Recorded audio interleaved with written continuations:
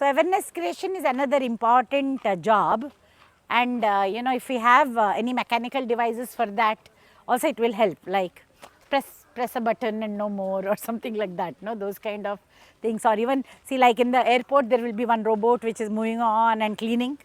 So a robot which can stop people and say, do you know this, do you know that, like in automated, to create the awareness, yeah, like do you know why the pathway is like this, or do you know you should not drop a litter in the whatever, you know, a person like a monitoring robot or something, or an awareness creation person who will keep on catching people and giving them gyan, no?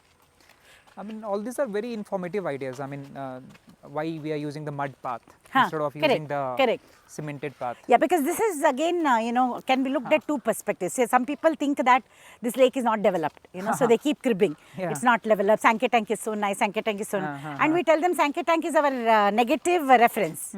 We don't want to be a Sankey tank, and that is what we are doing so much effort.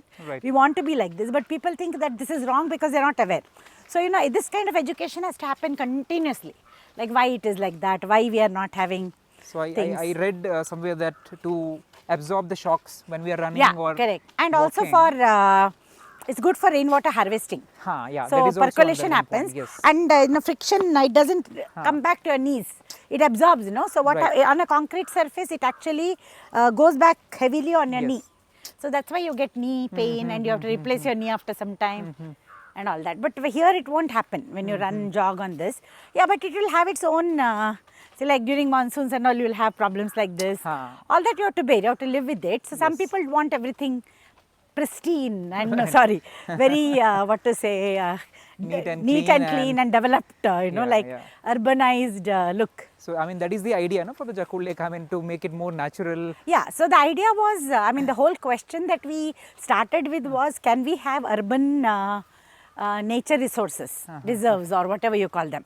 So lake is a nature reserve, urban nature reserve. In city, what else can you call as a reserve? You cannot have a forest as much. So can we create urban forest? So the conservation zone is to create an urban forest.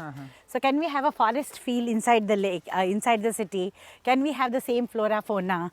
Can we have birds visiting? Can the citizens get a forest kind of a feel, no, like when they are in the city also. So this is what we were trying to answer, and that's why you have a more wilder look.